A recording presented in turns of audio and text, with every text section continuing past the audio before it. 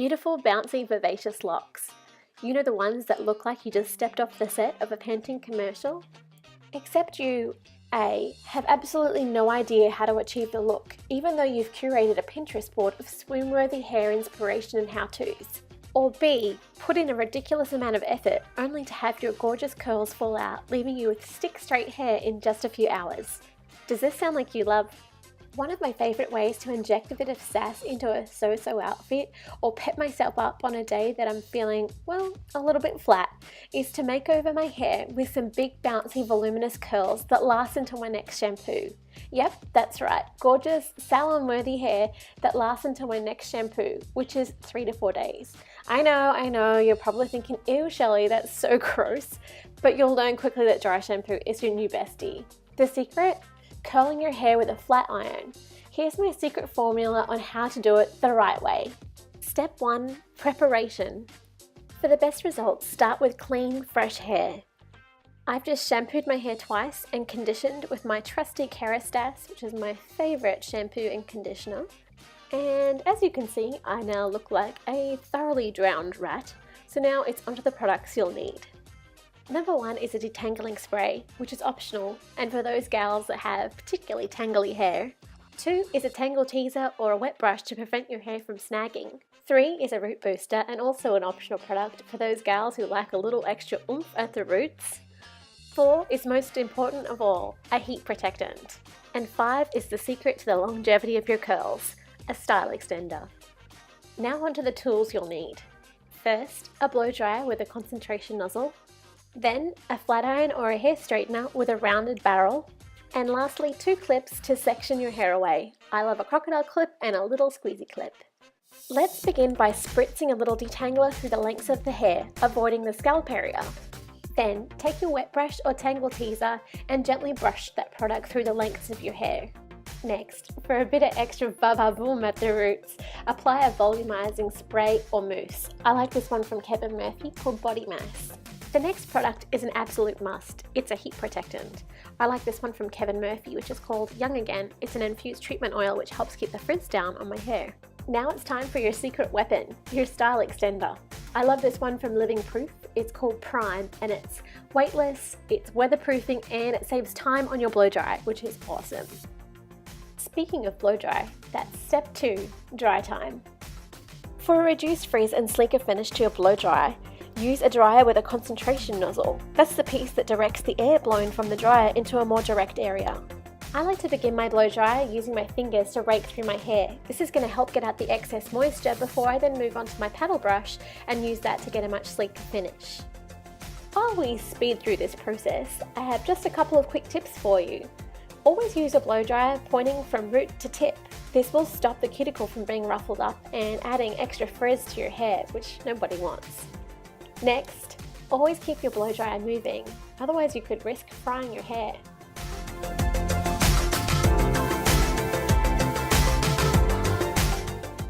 Once my hair is about 95% dry, I like to switch back to use my fingers as a comb. This will help with added volume and also ensure that there is no moisture left in my hair, which you do not want before you use a hair straightener. And now you can have some fun like your fiance with her beautiful flowing hair.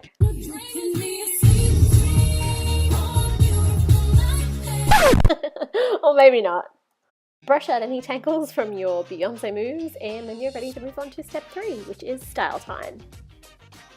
To keep things super simple, we're going to section our hair away. So the first section is just going to be from the tips of both ears, and I'm going to take the hair from the top of my head and just twist that into a little top knot and secure it with a crocodile clip, but you could secure it with any kind of clip that works best for you. I'm then going to take that remaining piece that I've left down and split it into 2 sections and brush out any knots or tangles using my paddle brush. Now I'm going to take a 1-inch piece of hair from the back of one of those sections.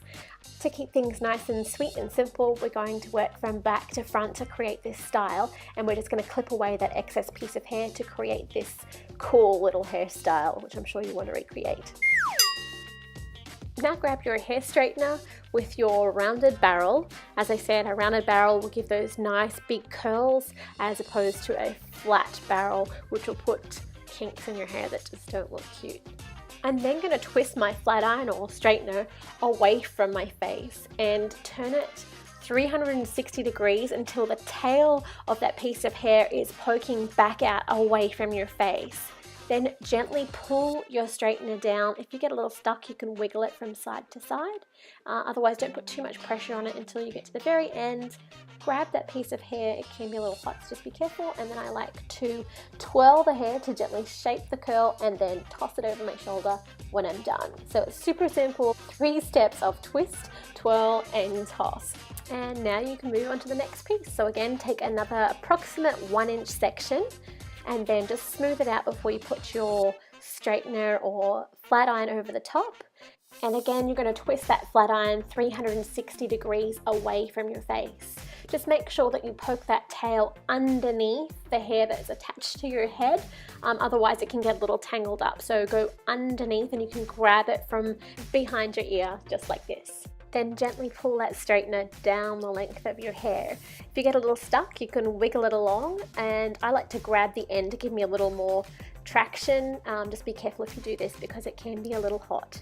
Gently twirl that piece of hair around your finger to create the curl you want, and then toss it over your shoulder, and you're ready to jump on to the next piece. So it's just that simple: twist, twirl, and toss. This style is super easy to achieve, and I promise you, you can do it. It just takes a little bit of practice. Despite all the faces I seem to be pulling, it does not hurt me, or it's not so tricky, but it does take a tiny bit of practice to get it right, and you'll find by the time you've done your full head of hair, you're on track.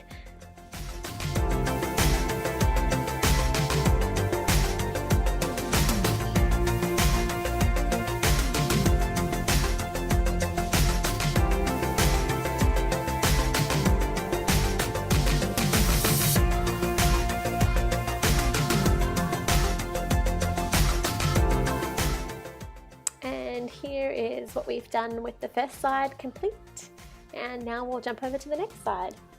So it's exactly the same technique, just brush through those ends and clip away the excess, always starting from the back and work your way to the front. And then just twist that flat iron away from your face, grab the tail from underneath your ear and gently pull that flat iron down the length of your hair.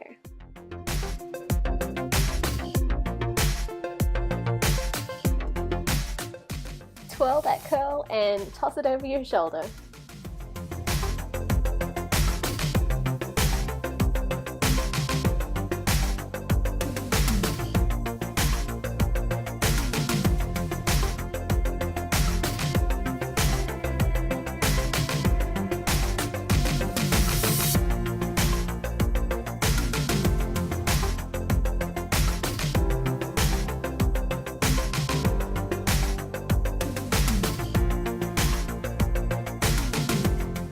Again, here's a little close-up of the left side, and I'm going to twist that straightener away from my face and pull that tail from underneath my ear until it's pointing away from my face, and then I'm going to gently pull that straightener down the length of my hair. Once I get to the end, I'm going to catch that piece of hair, twirl it around my finger, and toss it over my shoulder.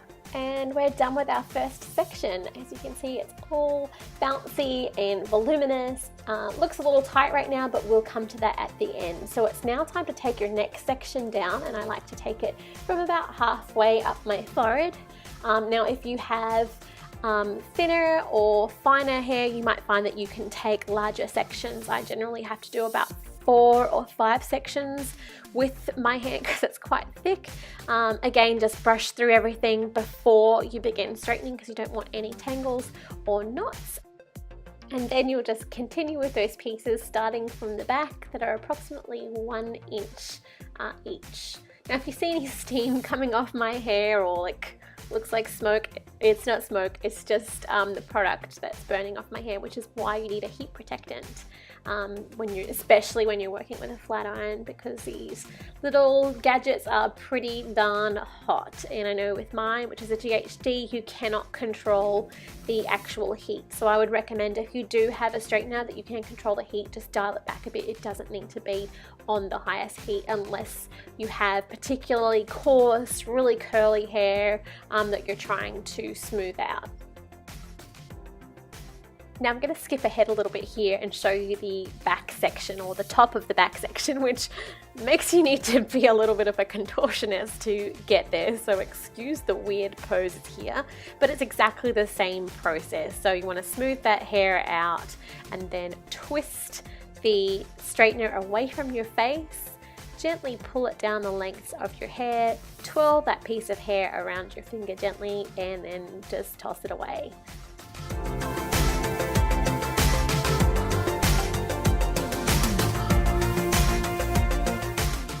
We're almost done. So I just have 2 more sections to go. I like to take a side which could possibly be my part. I like to part on the side of my head and then take that little like mohawky section and clip that away. And then I generally only have like 2 or 3 pieces on each side of this particular section, because I did that little back piece on its own, and I just leave those front pieces out.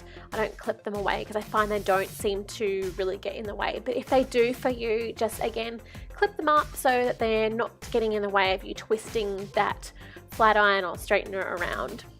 Just another quick tip or a little warning about those pieces of hair that are around the hairline of your face. They can be a little more delicate than the rest of the hair on your head, so move that straightener quite quickly through those sections. They will curl nicely like the rest of your hair, but they just don't need as much heat because they are a little more delicate. Otherwise, if you take too much time, you'll end up with loads of frizzies that you just can't get rid of.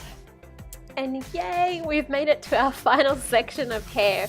So again, taking pieces from the back, and I just like to twist that front section out of the way. But again, as I said before, if it's easier for you to clip that out of the way, and then just twist that flat iron away from your face and grab those curls. Now, as you can see, I've had to go back because I had a piece that fell out. I often make mistakes with this, and it's, there's no perfect way of doing this, and I think that's the beauty of the style, is that each time you do it, it is going to look a little different. Just make sure that you don't go over the same piece of hair twice if it didn't work out for you. Leave that piece of hair to cool, do the rest of the section, and then come back and recurl that piece.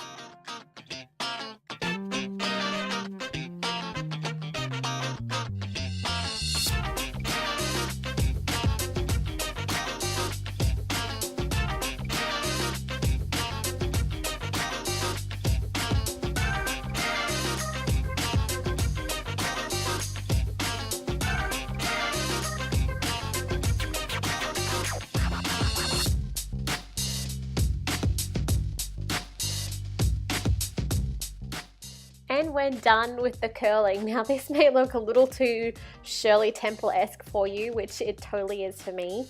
So I like to shake my curls out. You can actually take a paddle brush to your hair and lightly brush over your hair, or you can just finger toss it and break those curls apart using your fingers. Now, if you have fine hair or hair that's hard to curl, to hold a curl, I would not recommend brushing your curls out.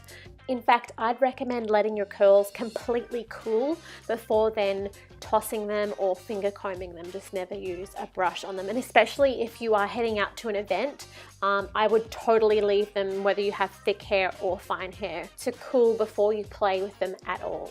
This will help ensure the longevity of your curls. Once you're happy with how your curls look, you can then apply a hairspray if you'd like. Just make sure that you apply it from underneath rather than over the top, so hold sections up and spray under. Otherwise, your curls could be weighted down, and especially if your hair doesn't hold a curl well, you don't want to add that extra weight to the top of the curl. And that is it. I hope you enjoyed this tutorial. Pop on over to FromShellyWithLove.com for more post-styling tips to ensure the longevity of your curls for the next 3 to 4 days. I have an article right on the front page. If you liked this tutorial, please leave a thumbs up on YouTube, and if you have any questions, please leave them in the comment section below. Do you dream of a stress-free, deliciously relaxing morning routine that makes you want to bounce out of bed? If yes, then join me for Mirror Mirror, a free 5-day class where we'll talk about style and beauty, nourishment, movement, and mindfulness. It's all about sparkling both inside and out when you look in the mirror.